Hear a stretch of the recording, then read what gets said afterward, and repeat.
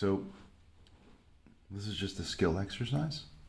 Pablo Picasso was able to do pretty much anything that he had seen other people do. He had just learned traditional rendering from the Renaissance, and he'd learned basic cartooning and all the different things that he'd seen around him. He knew how to do, and that allowed him to build a much bigger set of ideas and to pioneer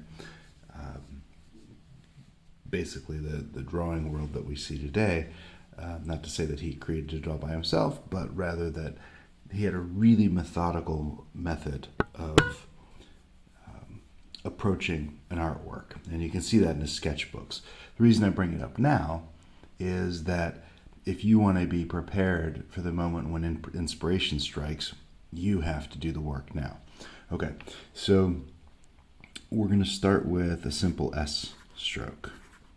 And we're going to make a pattern of them. I'm going to make them smaller and closer together. And I'm going to create a direction. I'm going to have sort of an imaginary box here.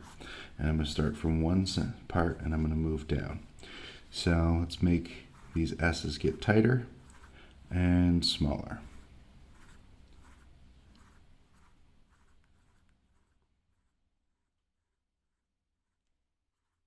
And you'll notice I'm going outside of the original boundary. Why am I doing that? Well, you'll see in a minute. I don't exactly know what I'm doing right away. It's not like it's a conscious choice all the time. They speak about it as if it's something I've decided to do with my planning part of my brain, but that's not really accurate.